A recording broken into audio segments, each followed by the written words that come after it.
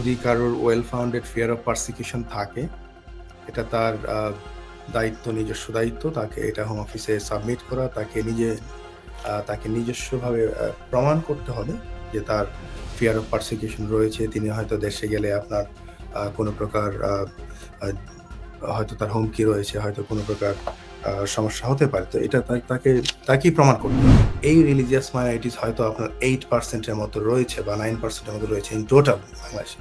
সবাই তো আর আসলে এইরকম সমস্যার মধ্যে পড়বে না।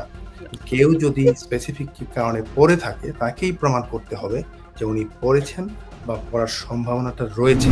প্রচুর মাইনরিটিদের উপর আক্রমণ, নির্যাতন হয়েছে, স্পেশালি 8 অগাস্ট থেকে 20 অগাস্ট পর্যন্ত। Stonebridge Legal Solutions Limited, your trusted immigration partner.